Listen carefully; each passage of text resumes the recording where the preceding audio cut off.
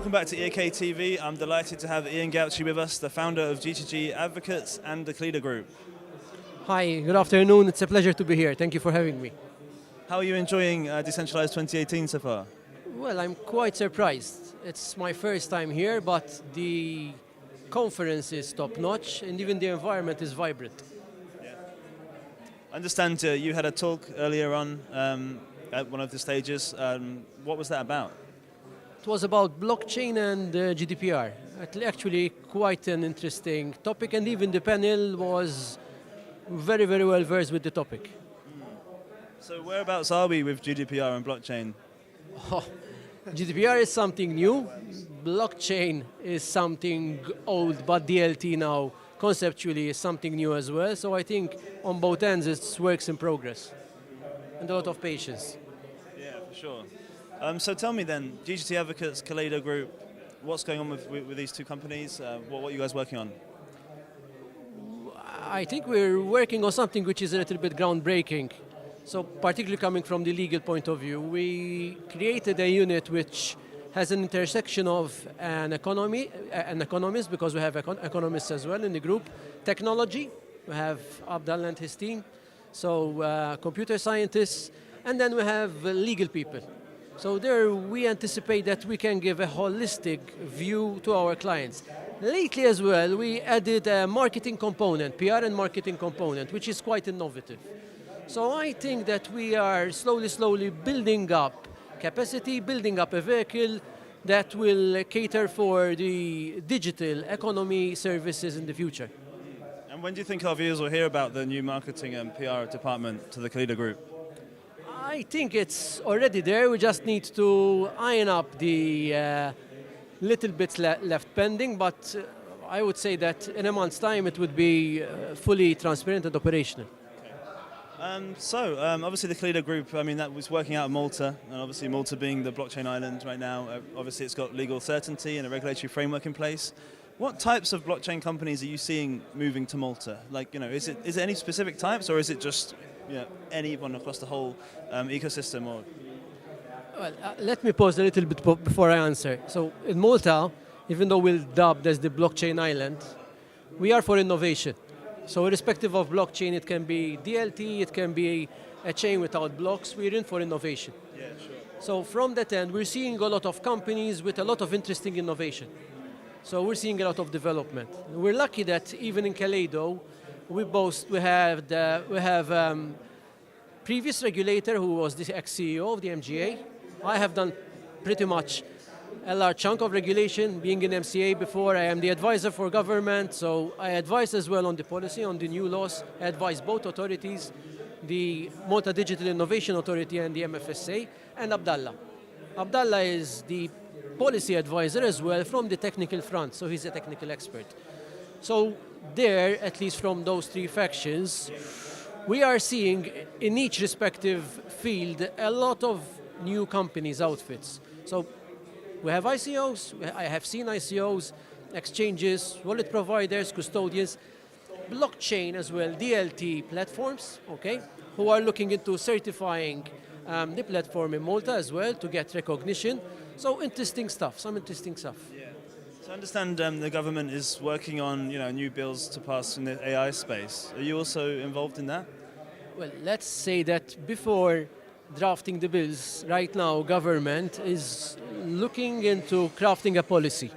So we're going to have a policy, we're going to study, we're going to see exactly in what fashion we need to intervene. If we can build on the existing Malta Digital Innovation Authority and what kind of regulation there might be.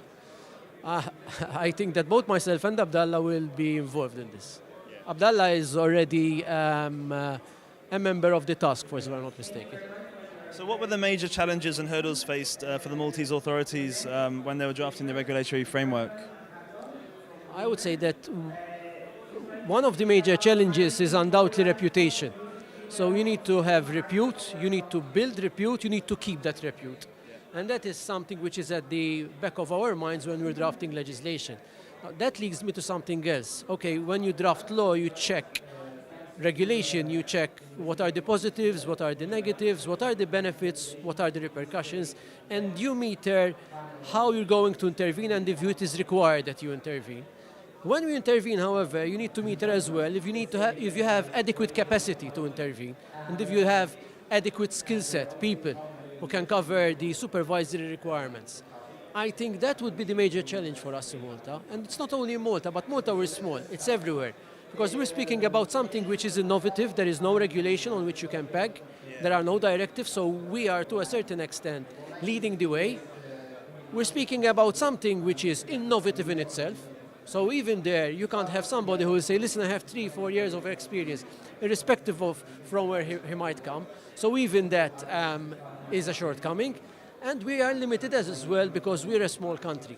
So I think that is the largest challenge I see.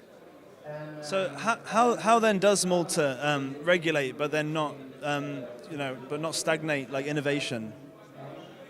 Let's say that you mentioned regulate. Yeah. I distinguish. We regulate in the VFA, so cryptocurrencies arena.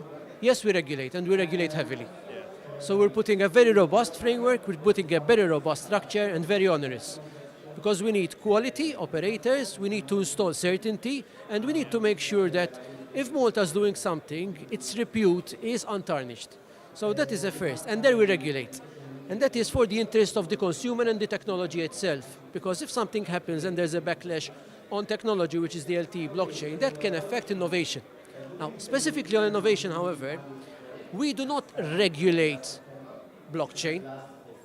Blockchain, we make sure that there's a voluntary regime, and we make sure that the technology, if you can call it technology, because blockchain is code is science. Code is law. Code is not something else. That would be subject of another interview we'll have in the future. No. So when we are touching blockchain, DLT, innovation, there we're not regulating. It is voluntary, and we're making sure that the technology, if you want to call it a technology, the code, is safe and adept for use. So in that case, we are dressing it up, but we're not regulating it. We are creating an environment where in the future you can trust the technology, and where in the future technology can eventually replace or enhance law and regulation. RegTech. Okay, so obviously at a lot of these conferences now, people are replacing the token sales with ICOs with security token offerings, which brings its own regulatory issues. How do you think that? Do you think it's feasible considering the constraints around the securities and the differing jurisdictions?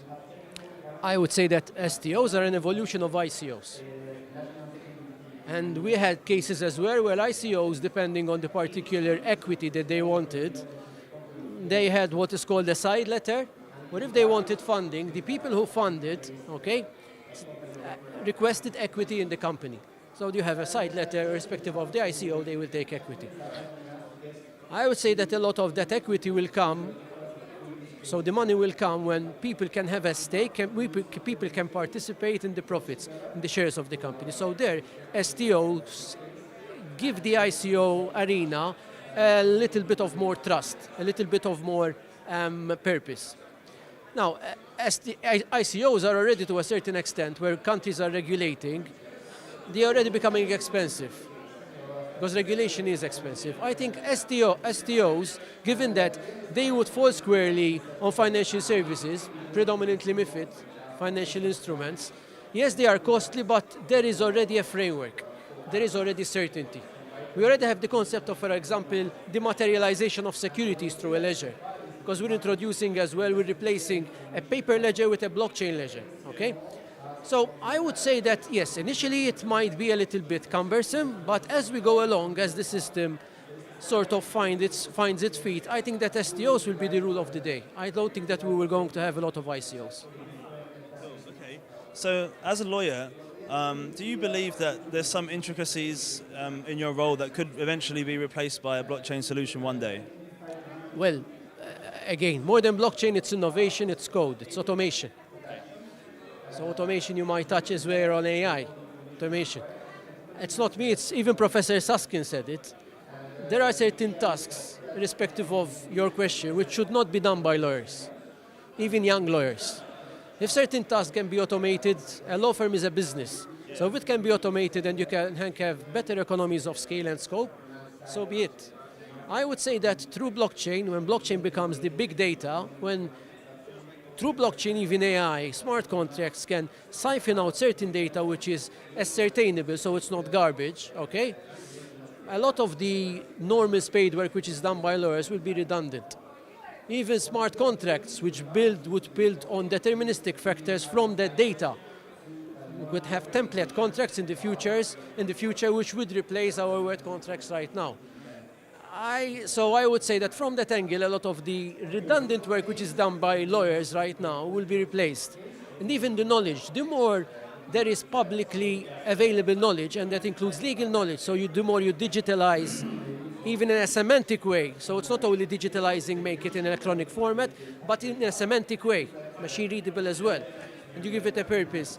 Court judgments, outcomes of agreements, so there is an activity, legal activity, which is part of the blockchain, okay, on which AI or people can see the information. So the more you have that, I think the more we're losing as well the comfort that certain information was within the realm of lawyers. So we needed to ask lawyers. So even from that point of view, we need to transform ourselves. But the lawyer's profession has been there for eons and it will not die. We just need to revolutionize some aspects of our profession. Okay. So is the Maltese government actually practicing what they preach in terms of implementing blockchain into their own ecosystem and infrastructures? I don't know what they're preaching. Yeah? I don't know what they're preaching. You don't know? Well, I can tell you that yes, we already have a certification system for school certificates, and that was done before we actually were rolling out the legislation. I think Malta was the first pilot, learning machine, if I'm not mistaken. Okay. Learning machine. For putting certificates on the blockchain? Yes. I think, yeah. I think it was the first pilot. Yeah, I think the University of Nicosia claim that it's them. I'm not sure which one it is. It was done approximately 2.5 years ago, something like that. So well, it's irrespective. Yeah. But we've done it before, and it was done by learning. We've done it before the coming into force of the law. We are looking as well into some adoption of blockchain, DLT in transport, in health. At the end of the day, the issue is that, I always say this, blockchain sometimes could be an end to a solution. It could be something which you can use, but it is not a panacea at the end of the day. So in certain instances, you need to meter carefully. We should not roll out blockchain for the sake of saying, yes, we are a government pro-blockchain, we regulated blockchain, so we're rolling out something on blockchain, so we add to the marketing impetus. So it needs a little bit more thinking. But we're looking into health as well, transport, we've done the education. That is as far as I know. And I know as well of certain outfits, even from the legal point of view, who are actively looking into smart contracts. So obviously Malta's leading the pack right now, I would say, in the EU at least, with its regulatory bills, not just on blockchain, but soon to be AI, etc. How do we make sure that Malta still stays ahead of the pack when other countries start to regulate? This might sound strange coming from a Maltese and from a person who was involved in the planning and drafting. But in all honesty, I don't think that there should be anyone leading the pack. Okay. I think there should be a pack. And in that pack, contrary to a pack of wolves, there should be communication, there should be a shared platform, because at the end of the day, we're speaking about something, digital economy, which has no boundaries. It cannot be contained, it cannot be an exclusive remit of one country, particularly if we're speaking about Malta, which is so small. It is the remit of all the nations, it is the remit and subject of all as well, the European citizens, so we need to sit down. We need to talk. We need to, if we have things which are wrong, which other people are doing better than us, we learn from them, and vice versa, they learn from us. So there needs to be a lot of collaboration. Otherwise, we're going to have a fragmented approach, and that goes against the principle of blockchain itself. Because in blockchain, if you have a self-sovereign element, you need to have a harmonized approach on how the individual can express that self-sovereign element. So I would say that yes, a pack, but I hate to lead in this, maybe lead knowledge-wise and we share it. But it needs to be a collaborative effort. So obviously you're a lawyer, so you're keeping a good eye on what's going on around the rest of the EU. Like, if you were going to make a prediction, who do you think is going to be next in the EU to regulate blockchain? Well, UK for the time being is still in the EU, correct? Brexit agreement. It's still there, yeah, for now. Still needs to be approved by Parliament. So I would say UK, there's still time. They had issued a paper before in 2014, 2015, even their banks. So they studied it. They know exactly what DLT is. They could as well have anticipated certain pitfalls because there was Gibraltar coming out before, Bahamas, us. So I would keep UK close into optic because I know how they work.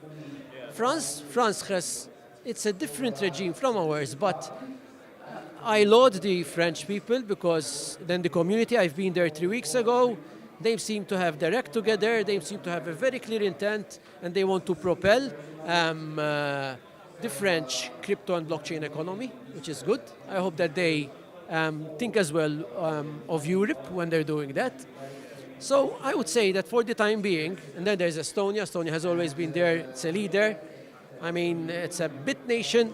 But for the time being, I would say France and UK and Europe. Yeah, I think I interviewed Sally Eves at Malta Blockchain Summit, and she said they're coming out with, the government's coming out with something before Christmas. So guys, keep an eye on that, guys. But yeah, so where do we find out more about GTG Advocates and Caledo Group? Well, we have our social media. We have our media partners who are very good in what they do. So our Facebook, our websites, LinkedIn as well, Twitter. We try as much as possible to share, to disseminate a lot of value from all fronts. And then if people still believe in cause, we also have our mobiles, our offices, so you can call us anytime and we would be happy to clarify any questions you might have. Awesome. Okay, well, thanks for your time, Ian, today. Guys, subscribe below. That's EAK TV. That's a wrap.